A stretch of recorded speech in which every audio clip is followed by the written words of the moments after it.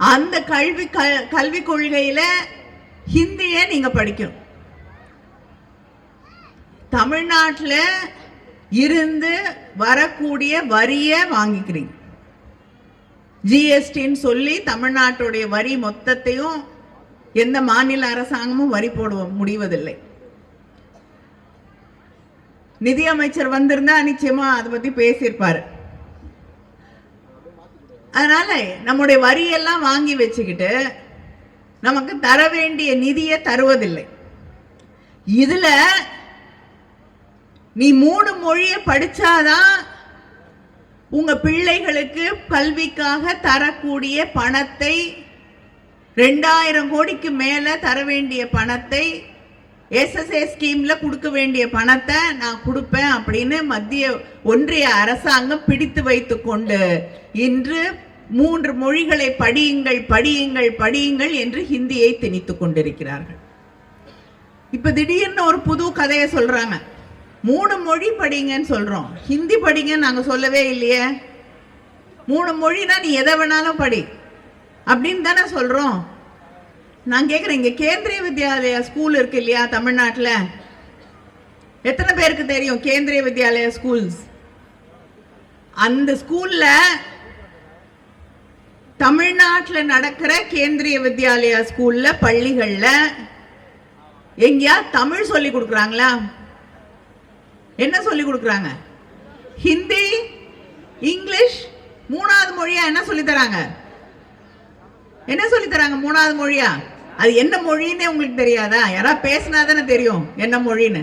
சமஸ்கிருதம். ஏன் சமஸ்கிருதம் சொல்லி தராங்க? ஏன்னா உலகம் முழுவதும் எல்லாரும் நிறைய பேர் பேசுற மொழி சமஸ்கிருதம் இல்லையா? மொத்தம் உலகத்திலேயே அந்த சமஸ்கிருதம் பேசுறதுக்கு 5000 பேர் கூட இருக்க மாட்டாங்க. இந்த கோயில்ல பூஜை பண்றவங்களுக்கு எல்லாம் சமஸ்கிருதம் தெரியும்னு கிடையாது, மந்திரம் சொல்ல தெரியும். அவங்களுக்கு சமஸ்கிருதம் பேச தெரியும்லாம் சொல்ல முடியாது. அதனால யாரும் பேசாமல் புழக்கத்தில் இல்லாத ஒரு மொழியை, இந்த மொழியை நீங்க கத்துக்கிட்டாதான் இந்திய கலாச்சாரத்தை புரிந்து கொள்ள முடியும். இந்தியா என்பது இந்த மொழியில் தான் அடங்கி இருக்கிறது என்று அதை பள்ளிக்கூடங்கள்ல திணிக்கிறார்கள். இதுக்கு முன்னாடி இவங்க ஆட்சிக்கு வரதுக்கு முன்னாடி ஜெர்மன் சொல்லி கொடுத்துட்டு இருந்தாங்க, மற்ற மொழிகளை சொல்லி கொடுத்துட்டு இருந்தாங்க. அதெல்லாம் வேண்டாம், நீங்க சமஸ்கிருதம் படின்னு சொல்லி இந்த கேந்திரிய வித்யாலயா பள்ளிகள்ல ஹிந்தியையும் சமஸ்கிருதத்தையும் திணித்து கொண்டிருக்கிறார்கள். தமிழ்நாட்டில் சொல்லி தரதில்லை. தமிழ் படிக்கணும்னா அந்த பள்ளிகள்ல இருக்கக்கூடிய 10-20 பிள்ளைங்க சேர்ந்து போய் அங்க இருக்கக்கூடிய நிர்வாகத்திடம் கோரிக்கை வைக்க வேண்டும். அந்த கோரிக்கையை அவர்கள் நினைத்தால் நிறைவேற்றுவார்கள், இல்லைன்னா இல்லை. இது வரைக்கும் எந்த பள்ளியிலும் நிறைவேற்றினதா தெரியல, பெருசா யாரும் சொல்லி தரதில்லை. இப்படிப்பட்டவர்களை நம்பி நீ எந்த மொழி வேணாலும் நீ படின்னு விட்டுருவீங்கன்னு நாங்க நம்பி 3 மொழி கொள்கையை ஏற்றுக்கொண்டால் இங்கே நீங்கள் எந்த மொழியை கொண்டு வந்து திணிப்பீர்கள் என்பது தெரியாமலா எங்களுடைய முதலமைச்சர் இதை எதிர்க்கிறார்? ஒன்று ஹிந்தி இல்லைன்னா சமஸ்கிருதத்தை கொண்டு வந்து திணிப்பீங்க. இங்கே ஆங்கில படித்துக் கொண்டிருக்கக்கூடிய எங்க பிள்ளைகளுடைய நிலைமை என்ன ஆகும்? இன்று உலகம் முழுவதும் இங்கே இருக்கக்கூடிய பிள்ளைகள் எங்க நினைச்சாலும் போய் வேலை தேடிக்கிட்டு போக முடியும். உங்களுக்கு உண்மையிலேயே வேலை கிடைக்க வேண்டும், பிள்ளைங்க வேலை பார்க்க போற இடத்துல போய் அந்த மொழியை பேச வேண்டும் என்று நினைத்தால் நியாயமா பீகார்லயும் யூபிலையும் தமிழ் சொல்லித்தாங்க. எத்தனை பேர் இங்க வேலை செய்யறாங்க? கனிமொழி அக்காக்கு அது ஒரு ஆங்கிலத்தில் ஒன்று சொல்லுவாங்கன்னா செலக்டிவ் அம்னீஷியா அப்படிமா. செலக்டிவ் அம்னீஷியானா அப்பப்போ அதை மறந்துடுவாங்க. சூர்யா ஒரு படத்தில் நடிச்சிருப்பார், அப்பப்போ மறந்துடுவாங்க என்ன நடக்குதுன்னு. ஸோ கனிமொழி அக்காவை பொறுத்த வரைக்கும் இந்த 2006 to 2014 மறந்தாச்சு. அந்த 8 வருஷத்தை கனிமொழி அக்கா பிரெயினில் செலக்டிவ் அம்னீஷியா ஆகி போச்சு. இவங்க ஆட்சியில் இருக்கும் பொழுது, அதாவது 2006 to 2014 காங்கிரஸ் ஆட்சியில் திமுக அங்கம் வைக்கும் பொழுது சமஸ்கிருதத்தினுடைய வளர்ச்சிக்கு இவங்க கொடுத்த பணம் 675 கோடி ரூபாய், 675 crore சமஸ்கிருத வளர்ச்சிக்கு. தமிழ் வளர்ச்சிக்கு அவங்க கொடுத்த பணம் 75 கோடி. இவங்க ஆட்சியில் இருக்கும் பொழுது அன்றைய உள்துறை அமைச்சர் ஐயா சிதம்பரம் அவர்கள் 170 பரிந்துரையை பார்லிமெண்ட்ல வைக்கிறார். எதுக்குன்னா ஹிந்தி எப்படி வளர்க்கிறது, இன்னைக்கு அதே ப. சிதம்பரத்தை கூப்பிட்டு சென்னையில் மீட்டிங் போடுறாரு. அவரு மேடையில் ஏறி ஹிந்தி திணிப்பை பற்றி பேசுகிறாங்க. இந்த கொடுமையெல்லாம் பார்க்க வேண்டிய காலகட்டத்திற்கு தமிழக மக்கள் தள்ளப்பட்டிருக்கின்றார். இன்னைக்கு அதே கனிமொழி அக்காட்டு நான் கேட்குறேன், அக்கா 675 கோடி ரூபாய் சமஸ்கிருதத்துக்கு ஒதுக்குனீங்களே, வெறும் 75 கோடி தானே தமிழுக்கு ஒதுக்குனீங்க, அதுக்கு பதில் இல்லையே. உங்களுடைய ஆட்சியில் நீங்கள் செஞ்ச தவறு. தமிழ் மொழியினுடைய வளர்ச்சிக்கு ஒரு சின்ன துரும்ப கிள்ளி போட்டீங்களா? இன்னைக்கு பிரதமர் அவர்கள் கஷ்டப்பட்டு திருவள்ளுவர் கலாச்சார நிலையத்தை ஓப்பன் பண்ணுறாரு, தமிழ் இருக்கையை நிறுவுறாரு, காசி தமிழ் சங்கமம் நடத்துகிறாரு. இது பிரதமர் மோடி அவர்கள் கடினப்பட்டு தமிழகத்திலிருந்து தமிழை உலகம் முழுவதும் எடுத்துகிட்டு போகிறார். அதனால் கனிமொழி அக்கா அவர்கள் செலக்டிவ் அமினீஷியாவில் இருக்கிறாங்க. அவர்களுக்கு யூபிஏ டைமில் நடந்ததெல்லாம் மறந்து போச்சு. இன்னைக்கு உட்கார்ந்து அரசியல் காரணத்திற்காக என்னுடைய அருமை அக்கா கனிமொழி அவர்கள் பேசிக் கொண்டிருக்கின்றார். நாடாளுமன்ற மறுசீரமைப்பிற்கான காலத்தொகை ஏற்கனவே வாஜ்பாய் பீரியட்லேயே முடிஞ்சு போச்சு. அதை ஒரு 25 வருஷம் எக்ஸ்டெண்ட் பண்ணாங்க. இப்போ மறுபடியும் அந்த 2026 அந்த டேட் முடியுது.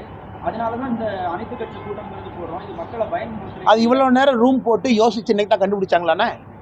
நான் முதல்ல 10 நாளாக அந்த கேள்வியை கேட்டுட்டு இருக்கேன். ரூம் போட்டு இன்னைக்கு தான் தமிழக அரசு கண்டுபிடிச்சதா? ஓ, இதனால தான் அனைத்து கட்சி கூட்டம் நடத்துறோம் இன்னைக்கு தான் கண்டுபிடிச்சாங்களா? நீங்கள் அனைத்து கட்சி கூட்டம் எப்போ நடத்தணும்? 2026 காலக்கெடுவு முடியும் பொழுது எங்களுடைய கடமை மக்கள் முன்னாடி நாங்கள் சொல்லுவோம். எப்படி இந்த பாராளுமன்ற வரைமுறை இருக்கும், தொகுதி வரைமுறை எப்படி இருக்கும், எத்தனை சீட்டு அதிகமாகும் சொல்வது எங்களுடைய கடமை. அது மக்களுடைய உரிமை. நாங்கள் சொல்றதுல தப்பு இருந்தால் நீங்கள் அனைத்து கட்சி கூட்டம் நடத்துங்க. நாங்கள் சொல்வதே ப்ரொபோஷனல் ரெப்ரசன்டேஷன், அதாவது மக்கள் தொகை அடிப்படையில் இருக்காது, புரோரேட்டா பேசிஸ். இன்னைக்கு எவ்வளவு இருக்கோ நாளைக்கு எவ்வளவு இருக்கும்.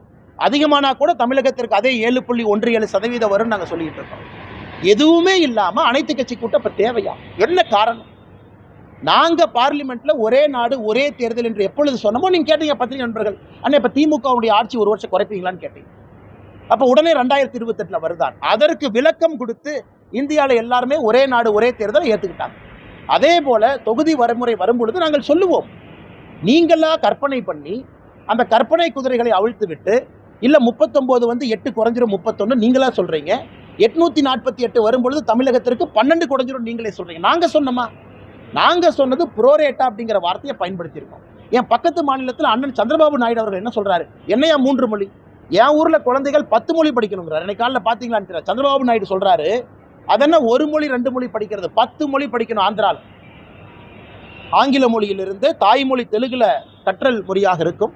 உலக மொழிகள் நான் கற்றுக் கொடுக்குறேன். அவங்க அதனால தான் சத்திய நடையிலிருந்து பாருங்க, உலகத்தில் இன்னைக்கு ஆந்திர பிரதேசில் இருக்கிறவங்க எந்த அளவுக்கு சாதித்து காட்டி கொண்டிருக்கின்றார்கள் தமிழர்களை போல. இன்னைக்கு ஒரு ஜென்ரேஷன் ஆஃப் தமிழ் நம்ம ஊர் விட்டு வெளியே போயிட்டாங்க. சான் பிரான்சிஸ்கோல பே ஏரியாவில் ஆதிக்கம் செலுத்தி கொண்டிருக்கின்றாங்க. அடுத்து ஆந்திராக்காரன் அந்த இடத்தை பிடிப்பான். ஏன்னா தொலைநோக்கு பார்வையோடு சென்று கொண்டிருக்கின்றான். நாம இன்னைக்கு இருந்து பழைய பஞ்சாங்கத்தை பேசி கொண்டிருக்கின்றோம். எப்படி நம்ம உலகத்தை ஆளுவோம்? இதையெல்லாம் முதலமைச்சர் பார்க்கணும். ஆந்திர பிரதேசனுடைய முதலமைச்சர் தைரியமா சொல்றாரு. எனக்கு முன்னாடி இருந்த முதலமைச்சர் என்ன பண்ணாருன்னா, பள்ளி கல்வியை ஆங்கிலத்தில் மாத்திட்டு போயிட்டார். நான் இன்னைக்கு 10 மொழியில மாற்ற முயற்சிக்குங்கிறார். இது ஒரு அறிவுபூர்வமான சமுதாயம் எப்படி சிந்திக்க வேண்டும் என்பதற்கு ஒரு உதாரணம். இவங்க மொழியை வச்சு இல்லை நான் கற்றுக் கொடுக்க மாட்டேன், மொழியை தடுப்பதற்கு இவர்களுக்கு உரிமையே இல்லை, மக்கள் அதுக்கு ஓட்டே போடணும். அடுத்து என்ன சட்டை போடணும்னு சொல்லுவாங்களா? நம்ம எல்லாரும் காலையில் வெள்ளை கலர் சட்டை தான் போடணும், கருப்பு கலர் சட்டை போடக்கூடாதுன்னு அடுத்து ரூல் போடுவாங்களா? இல்லை காலையில் என்ன சாப்பாடு சாப்பிடணும்னு சொல்லுவாங்களா? இல்லை எந்த விதமான வண்டி ஓட்டணும், பஸ்ஸில் எந்த சீட்டில் உட்காரணும்னு சொல்லுவாங்களா? அதே போல தான் இருக்குது. 3வது மொழி படிக்கக்கூடாதுன்னு சொல்கிறது அதே போல தான் இருக்குது. நாங்கள் கட்டாயப்படுத்தலையே. 3வது மொழி ஒரு மொழி படிங்க, பிடிச்ச மொழியை படிங்க. நீங்கள் படிக்கலைன்னா இந்தியா ஃபுல்லாக படிப்பாங்க.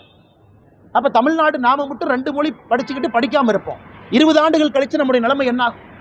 நாம மட்டும் தனித்தீவாக தமிழகத்தை ரிப்பப்ளிக் ஆஃப் தமிழ்நாடுன்னு டிக்ளேர் பண்ணி இங்கேயே இருந்துக்கலாமா? பக்கத்தில் ஆந்திராவில் 10 மொழி என்று பேசிக் கொண்டிருக்கின்றார்கள். இந்த மாதிரி ஏன் ஆக்கப்பூர்வமான அரசியலை மாண்புமிகு முதலமைச்சர் ஐயா மு.க. ஸ்டாலின் அவங்க எடுக்க மாட்டாங்க? எனக்கு புரியலைங்க. இது ஒரு செல்ஃப் டிஃபீட்டிங் கோல்.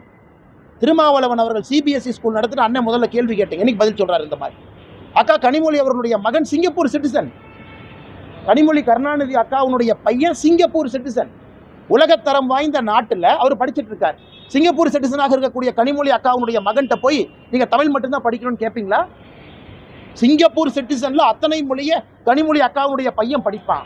ஆனா அக்கா மட்டும் மைக் எடுத்து இல்ல தமிழ்நாட்டில் குழந்தைகள் 2 மொழி தான் அப்படி பேசுற அக்கா ஏன் கனிமொழி அக்காவுடைய பையனை கவர்மெண்ட் ஸ்கூல்ல சேர்த்து 2 மொழி படிச்சு வைக்கல? இன்னைக்கு மொழியை பத்தி அவ்வளவு பேசுறாங்களே. நாங்க பெரியாருடைய பேத்தின்னு சொல்றாங்க, கலைஞர் கருணாநிதி அவருடைய மகள்னு சொல்றாங்களே.